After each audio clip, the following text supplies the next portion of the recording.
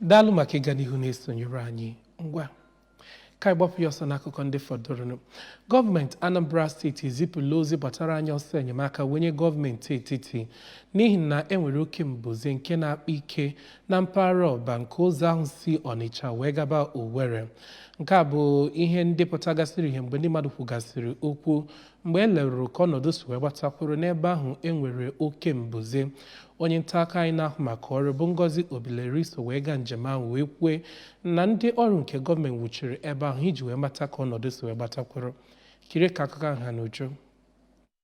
Gara njem nleta ahụ gụnyere kọmishọna na-ahụ maka ọrụ bụ injinia Ifeanyi Okeọma, ogbo ya na-ahụ maka gburugburu bụ injinia Felix Odimegu, onye ji ọkwa chief of staff nke gọvanọ bụ Sir Ernest Ezeaji, odeakwụkwọ mgbasa ozi nyere gọvanọ Chukwuma Soludo bụ Maazị Christian Aburime, onye ji ọkwa ọchịchị nchere oge nke okpuru ọchịchị Idemmili South bụ Oriakụ Amaka Obi, ndị otu Ọba Town Union na ndị echichi ọdịnala. Ka ọ na-agwazi ndị nta akụkọ okwu ngwa ngwa ha mechara nleta na ya bụ mbuze, ka kọmishọna na-ahụ maka ọrụ bụ injinia Okeọma kọwara na otu mpaghara ụzọ ahụ bụ nnọọ nke mbuze ahụ buru kpamkpam ma bụrụkwa ihe ịcha aka mgba nyegara ụlọ niile dị n'akụkụ ya nke a na-atụ egwu na ha nwere ike ịdaba n'ime ya bụ mbuze. Injinia Okeọma kọwara na gọọmenti nọ na Anambra ugbu a agbago mbọ ịhụ na ha mere ka ya bụ mbuze hapụ ịdị na-aga n'ihu, ma kọwakwazi na ya esechala ihe onyonyo ma detucha ihe ụfọdụ gbasara ya bụ mbuze, bụ nke ọ kọwara na o zigara gọọmenti ala etiti maka inye nkwado na ịbịa rụọ ọrụ na ya bụ ebe. Kọmishọna Okeọma nọziri n'oge ahụ wee too gọvanọ Chukwuma Soludo maka mgbata ọsọ aka ọkụ ọ gbatara iji hụ na emenyụrụ ya bụ ọkụ ka ọ ghara ịdị na-aga n'iru ya na ọtụtụ ihe ndị ọzọ na-emegasị ma enwee ụdị ọnọdụ dị otu a. N'okwu nke ya ka kọmishọna na-ahụ maka gburugburu bụ injinia Felix Odimegu kwararịrị na Anambra bụ isi obodo enwere ebe mbuze na-akpa mkpamkpa dịgasị iche iche maka otu aja ala ya siri dị, kpọkuzie gọọmenti ala etiti ka o bikodo ododo gbatara Anambra steeti ọsọ enyemaka site n'ịhụ na arụrụ ya bụ mbuze nke mechiri ụzọ ọba ka enwekwa ike si na idozi ya bụ ebe wee kwụsị ọnwụ ike ịdakwasị ọtụtụ ndị Igbo. Onye ji ọkwa chief of staff nke gọvanọ bụ Sir Ernest kọwara na ụdị ya bụ mbuze siri dị bụ nke o kwesịrị na gọọmenti ala etiti ga-etinye anya, ma kọwakwa na mgbata ọsọ aka